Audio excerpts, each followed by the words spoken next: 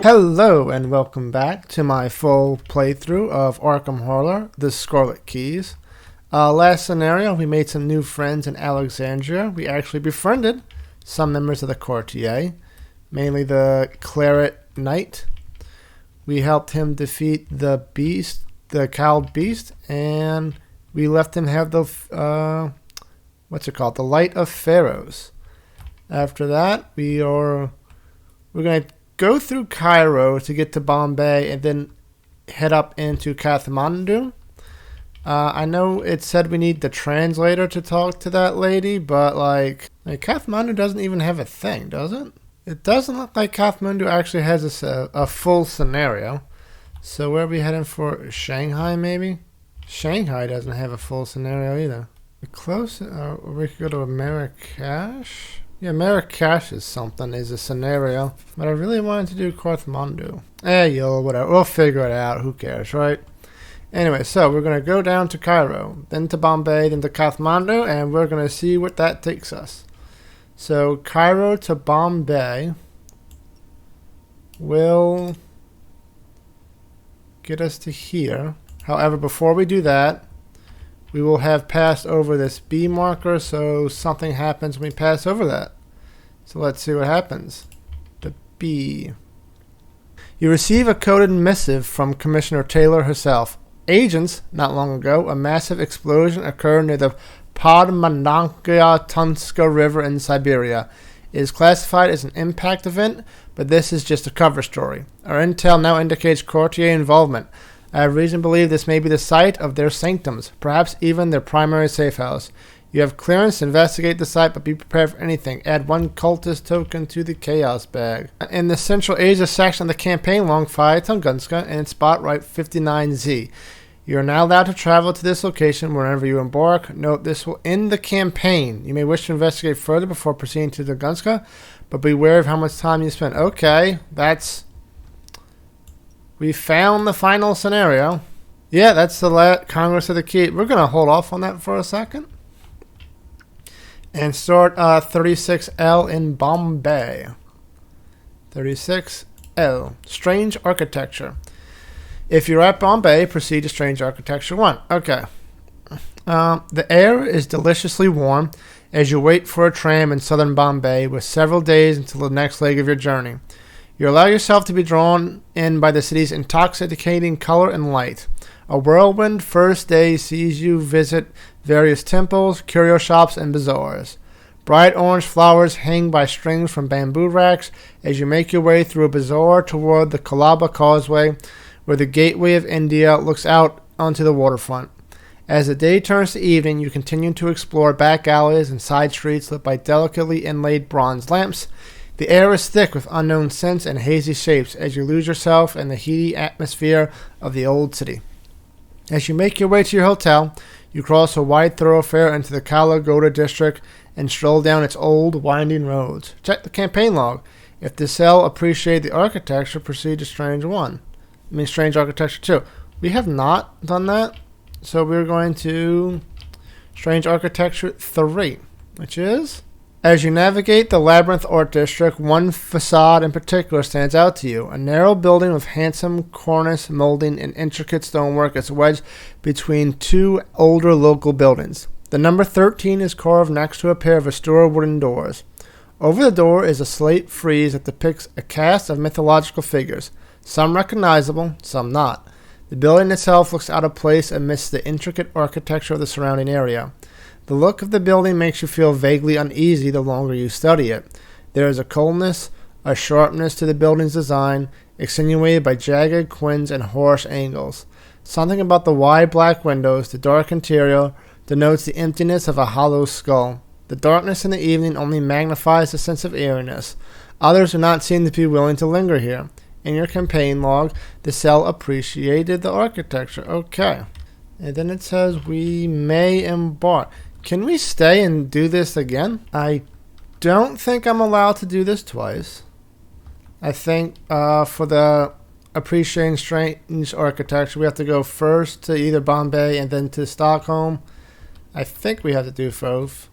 Anyway, we are going to skip this and go to Kathmandu to see what's there. See if we can't find that lady to help us with this thing, which is 53Z.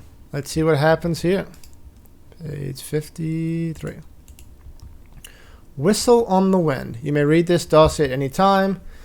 File 53V, subject class undetermined. Real identity Arpatrias Alikizoni Oparitria Alazi. I'm not going to get that right. Last known location, Kathmandu, Nepal. Description: subject 53V, hereinafter maid with scarlet sash, appears as a teenage girl of unknown descent, wearing a white dress and a red sash. The rest is redacted. Paradimensional capabilities, all redacted. Sightings: locals in regions have reported seeing a spirit matching the subject's description, heralded by a high-pitched whistling sound. Unclear if redacted. Approach procedure: subject risk class unconfirmed. Do not approach. Watch me, bitch. Whistle on the Wind. A chill breeze flutters through the streets of Kathmandu, along with a faint, shrill whine. To the north, the Himalayas loom over the city, only their peaks illuminated by the westward sun. Pinks and purples bathe the sky in vibrant beauty. You could stare at such a breathtaking sight forever, but you have a job to do. Despite the quiet, peaceful evening, that soft, short piping does not cease, like an aching sense of dread in the back of your mind. As the evening drags on and the whistling grows louder, you realize you're the only one who can hear the strange sound. It feels as though it is reaching out to you directly, as if it hears you too, as if it knows you. On a whim, you close your eyes and strain yourself to listen closer. It's difficult to tell where exactly the sound is coming from. It seems to waft all around you and echo throughout the streets, but it grows in volume as you round the nearest corner and head north, and so north you continue. Eventually you reach an art gallery nestled between several age-old buildings. The whistling here is fevered and unpleasant, like a boiling kettle. Though the gallery is closed at this late hour, you are able to easily find an open side entrance. You brace yourself and enter the gallery, where dozens of Nepalese sculptures and paintings are on display. Many carved out of water stone, others made of astandu, an amalgam of 8 different metals, and still others made of terracotta. The whistling suddenly stops the moment you reach the rearmost section of the gallery, where a single lot remains strangely empty. There is no trace of what might have been there, just an empty space where something historic and treasured is clearly meant to be. Then a lone voice pierces the sudden quiet, speaking in a language you do not understand. You turn on your heels, body tensing. On the other end of the hall is a girl dressed in white, her figure seemingly ethereal in the faint beams of fading sunlight that permeate through the building. Her long black hair is draped over her face, masking her expression. A long scarlet sash wrapped around her waist flutters behind her, despite the fact that there is no breeze. You freeze. The figure of the girl does not move. Her hair and shaft drift steadily in the stillness. Then she speaks once more. Again, you don't understand a single word of it, though you notice that she has switched languages. Recognizing a few root words, you realize she's using Latin. She speaks again, this time in what sounds like ancient Greek. If she's trying to communicate with you, it may be wise to play along. You ask her what she's doing here, why she guided you here. Her response is in yet another language that eludes you, this one sounding somewhat like a blend of Egyptian and Greek. Read only if an investigator has a drifter trait, excluding Wendy Adams. Amanda is Miskatonic and Scholar. Is Daryl a drifter? No, he's a reporter. So, continuing. Due to the language barrier, it's difficult to get a sense for what she wants from you. As you attempt to decipher her intent, she approaches slowly, her steps making no sound whatsoever along the wooden floor. She gestures to the empty lot next to you and whistles softly, as though the sound might carry with it some meaning. You wonder if perhaps there might have once been something here, and then realize it is gone, vanished from history without so much as a trace. You recall the woman's name from the Foundation's dossier and ask her if she is also on the trail of the entities responsible for these kinds of disappearances. Aliki Ipukutu does not seem to understand you, but she tilts her head in recognition at the sound of her own name. Then she wrenches something from around her neck and extends it to you in a closed fist. The lead investigator must decide, choose one, accept what she is offering, or do not. We've been making friends with the courtier. She seems rather nice, and we The strange disappearances is what started us on this mess to begin with, and so we will accept what she has to offer. You extend your hand, and a small device on a silver chain falls into your palm. It is a whistle carved out of bone to look like the head and beak of a white raven. Glancing back up, Alakiki, she points toward the plaque next to the empty lot and says something once more in what sounds to you like Latin. You ask what she's after and what the significance of the whistle is, but she remains cryptically silent. Turning over the whistle in your hand, you find no markings or clues as to its purpose.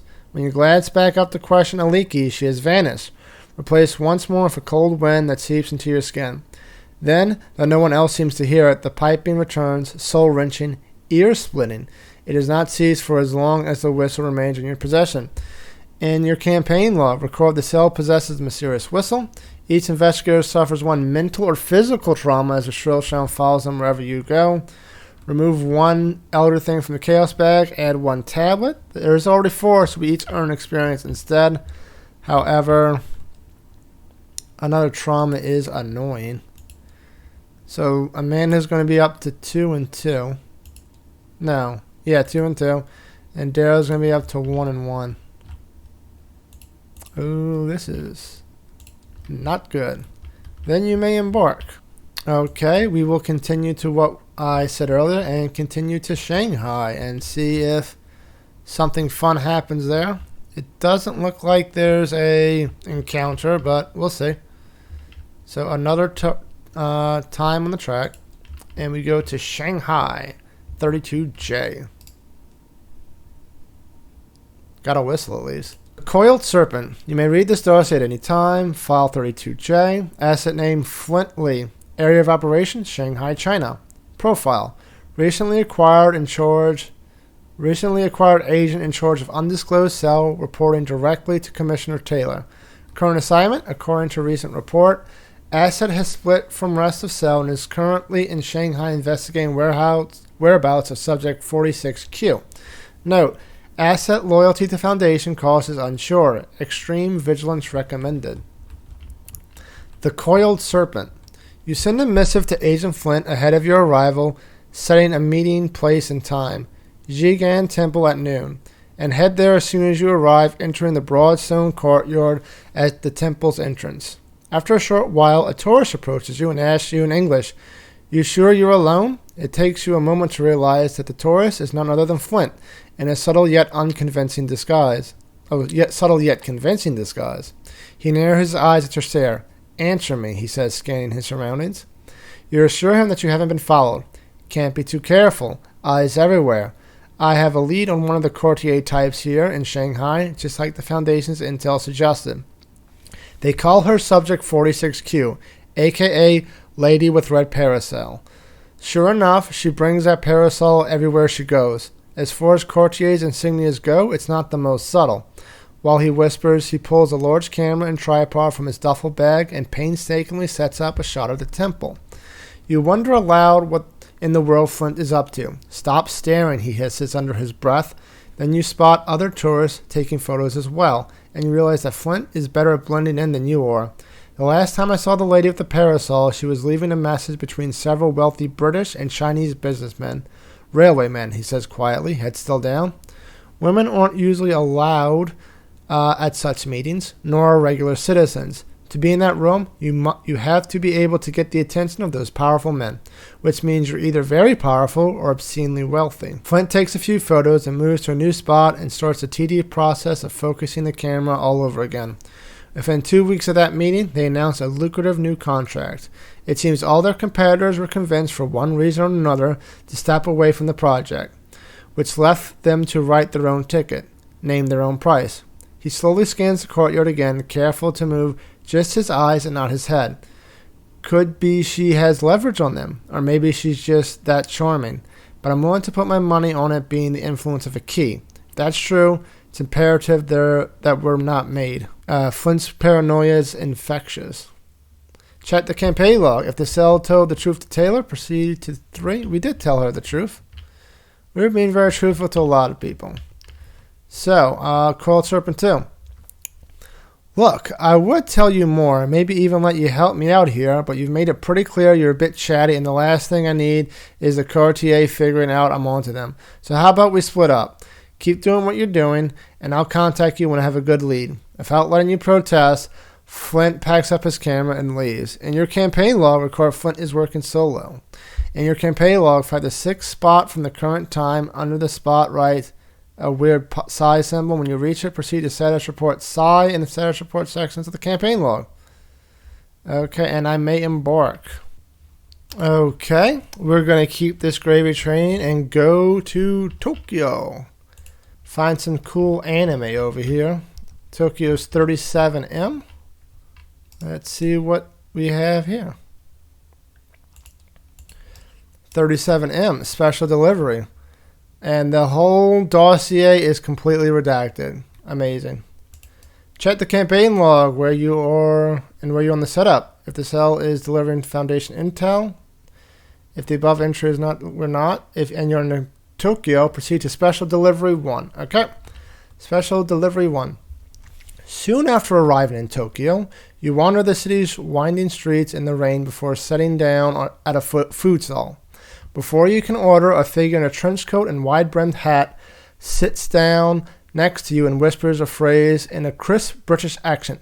6 lions prowl at dusk. The phrase's significance dawns on you after a moment, and you hurriedly recite the callback the Foundation operatives taught you. A pride feasts in darkness. The person next to you lowers the wide brim of her coat to reveal herself as Commissioner Taylor. She orders ramen for you both and looks away. Before you ask, no, this is not a coincidence, and no, I will not tell you how I knew you would be here. It is my job to know more than you. You tell her she seems as brusque as usual, and a faint smile tugs at the edge of her lips. Familiarity breeds liability. So let us keep this professional. Tell me what you have learned so far.